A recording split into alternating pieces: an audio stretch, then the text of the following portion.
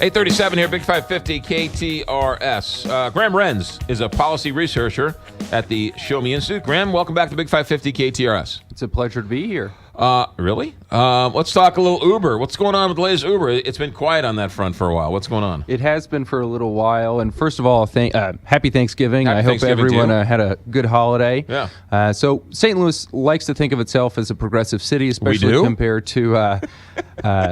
Are you sure we do? I think so, Okay. especially compared to smaller, more rural cities across the state. Okay.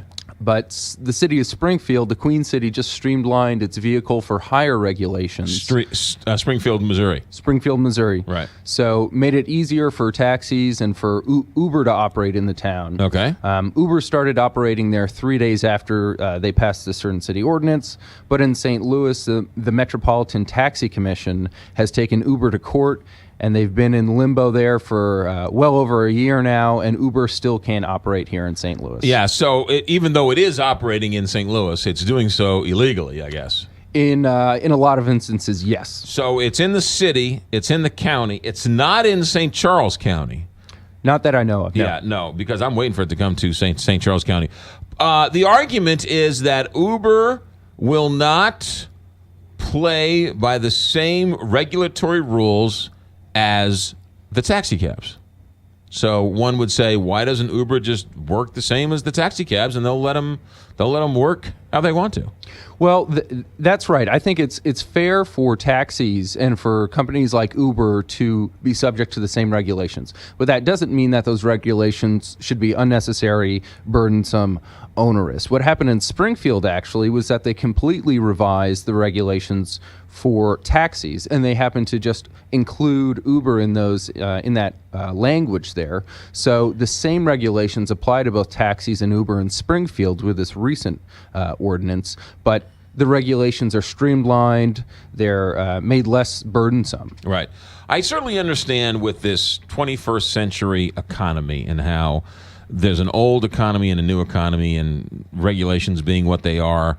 But Uber, don't you think Uber is being a little bit too rigid in that they want the drivers to go through a background check and be fingerprinted? And all right, it might be annoying. That's what regulations are. They're annoying. But if one's got to do it, let's do it so we can get it past us so we can start being Uber drivers. Why is Uber being so rigid against fulfilling these small requirements? Yeah, well, I'm not entirely sure that these are completely small requirements.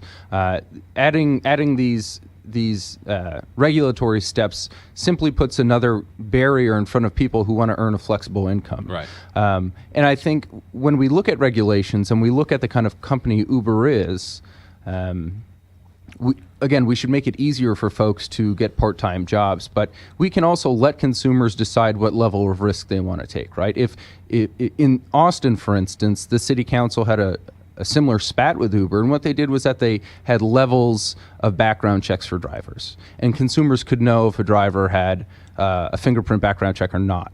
And I think, again, that's putting choice in the hands of consumers, letting them make their minds up for themselves. Yeah, no, there's no question that they should probably, I mean, it's a fight. Clearly they have stepped on each other's toes.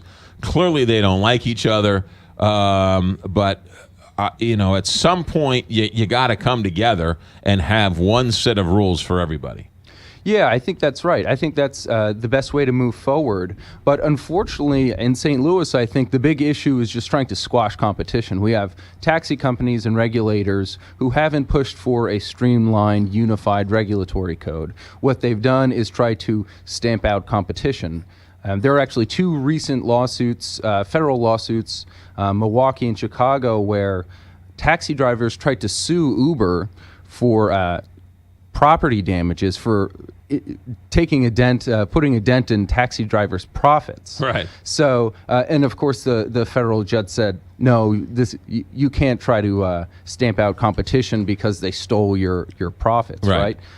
So I think the intentions are clear, and I think the only ones who lose are consumers and potential drivers who want to earn some money. Take this out of the realm of taxi cabs and Uber. I mean, this is really a fight with everything, right? Look at radio. We are guided by the FCC, right? Where there are certain words we can't say. but you can go online and start a radio show and say anything you want, right? You have ABC, NBC, CBS, which are governed. They can say certain things, can't say certain things, but Netflix, they can do anything that they want.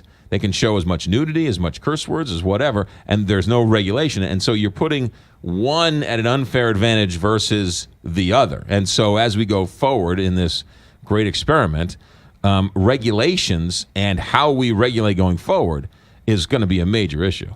Yeah, and there's a lot of complex issues at work in a lot of these discussions, and I'm not familiar with the broadcasting regulations. Right, but I mean, overall, though, I mean, it's just, each time the world changes and you can become a cab driver on your own, right, your own personal cab driver, or your own personal radio talk show host, or your own personal television director, regulations being what they are, it depends on whose ox is getting gored. That's how you want things to be regulated, right? Yeah, and I think, we always go through a progress of change, of new ways to do things, and eventually regulations have to catch up with those things. Right. And folks who are entrenched with the old ways of doing things don't like doing things the new ways. But I think as we move forward through that process, tough as it is, what we should do is look to make the process smoother, more level for everybody, like you say, but not necessarily more burdensome. We shouldn't be looking to put old burdens on new competitors. Yeah. We should be looking to slash red tape so that new competitors and established businesses can provide better services for consumers. It's an interesting dilemma. I don't know where if this Uber thing is going to end up, but didn't they leave Austin ultimately? Didn't Uber leave Austin? They did, and then they came back. The city, there was a popular vote. Right. Uber lost the popular vote, if you will. Uber lost that vote, and then left the city, and then the city and the Uber got back together to find a more flexible way to operate. Interesting stuff. Graham Renz with us. Is there more stuff online about this? There is, yep. You can learn more at showmeinstitute.org. I've got a lot of blogs, op-eds, and commentary there for folks to read. Graham Renz, policy researcher at the Show Me Institute. Happy Thanksgiving. Thanks for coming in. It's a pleasure to be here. Again, thanks. By the way, that's a great-looking beard. Well, thank you very much. Good-looking beard. That's like a young Kris Kringle beard. I don't know who that is, but I appreciate it. You don't know who Kris Kringle is? Santa Claus? Well, it's Santa an Claus? Orange Santa Claus beard, but it's a young Kris Kringle, right, from Santa Claus. Miracle on 34th Street name. Okay. Yeah, but also in the claymation one, Santa Claus is coming to town. Remember a young Kris Kringle? He looks more like. I didn't say he looks like Kris Kringle. I said his beard looks like. The claymation looks like more like the pickaxe guy, the Kirby. Yukon Cornelius? Yeah, He doesn't. He does not look like Yukon a little Cornelius. bit. He looks with a beard. He looks like a young Kris Kringle's beard. That's what his beard looks like. I'll take it as a compliment. You Thank should. You much. I meant it as a compliment. Graham, thanks for coming in. It's a pleasure. Thanks. 8:45 here.